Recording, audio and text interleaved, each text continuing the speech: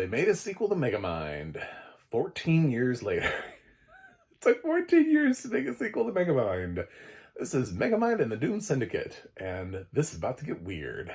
I'm John Stark. I'm a blind film critic, and strap in, click subscribe, get yourself some popcorn, some soda. Let's talk about Megamind. I haven't talked about Megamind in 14 years. I didn't think I was ever going to get to talk about Megamind again, but now there's a new movie with none of the original cast. You know why? Because this is Megamind and the Return of Jafar. Not really. It's Megamind versus the Doom Syndicate or something like that. I don't know. It's some other title. Just, it doesn't matter. But this is the Return of Jafar. And what I mean by that is basically they are doing a straight to streaming movie that helps to launch their new cartoon, Megamind Rocks or Megamind Rules or whatever it's called. I watched an episode of that and decided I'm not going to watch anymore. I know that Dreamworks has been putting out a lot of shows for all of their content. They looked back basically and they were like, well, there are two shows we haven't, there are two we haven't mined yet. It's either Mr. Peabody and Sherman or Megamind. And they did Megamind. So yeah, it's weird that when you can't get David Cross to say yes to something, I know you just didn't ask, because there's no way David Cross said no to a Megamind sequel. There's no way David Cross said no to anything. That dude was in every Alvin and the Chipmunks movie, even when no one else was. He just stayed. He was like, yeah, whatever. I got this. So he absolutely would come back to play Minion, who is now called Chum. They rename him because Megamind's a hero, so he doesn't have Minion. Also, Universal has more franchises now through Illumination, so they have Minions, so it's a little confusing. So they immediately try to fix that problem by renaming him Chum. Cool. You know what's really weird for me? This show has audio description, and this movie has audio. So does the show. The show has audio description too. Actually, I thought the audio description was really good, especially for what this is. I thought the audio description was really good. I didn't mind it at all. I thought it had really good audio. I had, unfortunately, Peacock did not want me to watch. I don't even know if there are credits.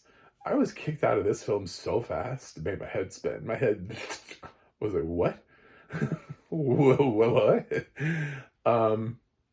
I noticed, I looked on IMDb, and first of all, IMDb, chill out. This is not a 2.2. Come on now. Just come on. Isn't it like lower than Winnie the Pooh, Blood and Honey? Like, what are we doing here? Yeah, it's a straight to video sequel. Okay, cool. I'm still gonna use that term. I know we don't have video straight to streaming, but too many things are straight to streaming that are actually high quality. So it's straight to video. You know what I mean? I actually like some of the Disney quills that are like that. I found them interesting. I not necessarily as much as the original, but I enjoyed Return of Jafar. I enjoyed Tarzan 2. When he's the little kid, and they got George Carlin to voice. I enjoyed the Brother Bear too. I thought that was a cool little sidetrack. Anyway, there's a couple of them in there that don't bother me. True story. Anyway, this, however, has none of the original cast at all, and it doesn't even try to go out and get, like, you know how we have a whole bunch of like random comedians.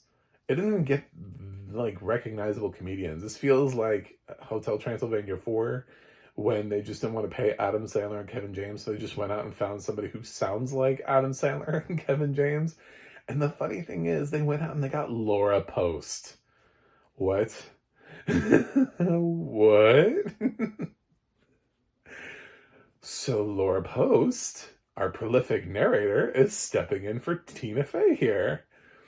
This is a weird sort of full circle moment for me, because I've talked a lot about Laura Post's narrations before, and now I'm talking about her as an actress, as a voice actress, as a voice talent, in a film that I'm sure she was super excited to land, until she probably clicked on her IMDb profile and saw 2.2. Yeah, Um, I disagree with the 2.2, and I disagree with it even if it wasn't Laura Post. I'm not just doing this because I'm like, oh my god, I love Laura Post. But it was sort of like a fanboy experience for me to see her do something other than narration and do voice work. I did see that she has other credits. I'm just not familiar with any of them. Let's like she's done some voice for like World of Warcraft and some other things, and I don't know. She's a voice actress, so cool. But she actually sounds quite a bit like Tina Fey. So she is the actress here that is used to be Tina Fey. Hilarious. Because I listen to her audio description all the time. This woman works all the time. She gets work. Anyway, she's also in the same character in the TV show because I did watch, I'm not reviewing it, Megamind Rules. It's meant for kids. That's the thing about this series, this franchise, with everybody blasting it, is people are like, oh, this is awful. They've dumbed it down. Yeah, they did, for kids. They stripped away a lot of it that made it interesting for adults, and they've tried to make it even more streamlined for kids to set up the animated cartoon series for kids to watch on Peacock. That's exactly what this is, which is why I said it's Return of Jafar, which was from the Aladdin and Disney's animated Aladdin TV show. It also didn't feature the returning voice cast. It had Gilbert Gottfried, because Gilbert Gottfried would say yes to anything, which is one of those things where I was like, I feel like this could have had David Cross. I feel like this could have everybody except David Cross to be the only returning person. I feel like, especially considering his character is elevated to such a prominence in this film, he would have said yes. Especially, I don't know, unless what would you pay these people, like $5? Like, why didn't you offer it to David Cross? I find it really hard to believe that he said no to this. I don't think he did. Anyway, yeah, Megamind it's not Will Ferrell. It sounds like somebody trying to be Will Ferrell, and that's part of the problem is when you have that, that voice talent never really gets to explore acting. There's no acting. What I actually feel like is that Laura Post does the best job. I'm not sucking up here. Hear me out.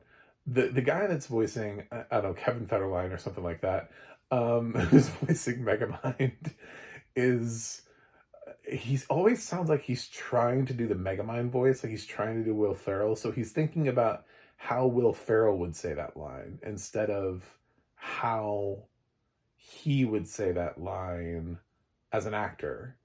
So it's like there's this extra step for him because he's having to impersonate somebody else and then say it that way. Whereas instead of just sort of sounding adjacent to Will Ferrell or sounding like the voice, he's putting on a voice and then it's not his interpretation, and then he's trying to do something from there. And it's the same thing with luckily Minion with David Cross. You don't really need to sound too much, or Chum or whatever the hell he's called now. You don't need to sound too much like David Cross. You can just kind of get through the role, and it's just somebody trying to sound bright and cheerful, and it's kind of dumb. But Laura Post actually she brightens her tone. She sounds a little bit like Tina Fey, and there's actually more voice acting going on here than there is. There's more interpretation behind the words that she has to say. It's a better voice acting performance but the problem is it's Megamind. It's not her show. So the fact that she's good in it doesn't really do much for the show. They also introduced a new character called Keiko, who's the president of the Megamind fan club, who's going to be a part of the TV series also. Spoiler alert. And there's this scene where she's trying to like motivate. This is one of the reasons I didn't like the film. And it's not getting a positive grade. There are many reasons, but I'll give you one, because this one was so obvious to me, especially when you're writing a film for kids. There's this scene they try to do that's really emotional where Keiko goes up to Megamind and is like, I came here and nobody liked me, and I felt like I was never doing the right things and all these things, and adults never understood me, and I started skipping class, and kids didn't like me, and I never really fit in. And then I saw you, and I thought to myself that if like a bad guy could become a hero, then maybe a bad kid could become good too. And, like, literally no one checks her. Literally nobody, like, neither of these adult characters, Megamind or, Roxanne, is that her name? Roxy something, I don't know. It's just some, I forget her name, Laura Post character. Neither of them respond to that. Neither of them are like, "You're not a bad kid." That feels like a moment that, like, anyone would have written in that. Instead, they're just like, "Yep, she's a bad kid. We're just gonna accept that and let her. We're gonna let her have that moment, and just not try to." I was like, "Wow, okay, then we're not paying any attention to the dialogue at all. We just write things. This film is written by AI, basically, because the natural emotional response when you have a small child telling you that they because what she's not like, I used to set fire to animals and buildings, and I took the heads off of my dolls, and then I saw you and I thought maybe. No, it's not like that. It's like really sort of normal kid stuff, and nobody looks at her and is like, "You know what? You are enough. You're fine. I don't know why you think you're bad." And that kind of summarizes the lack of care put into this. They just kind of made a Megamind sequel. It's not terrible.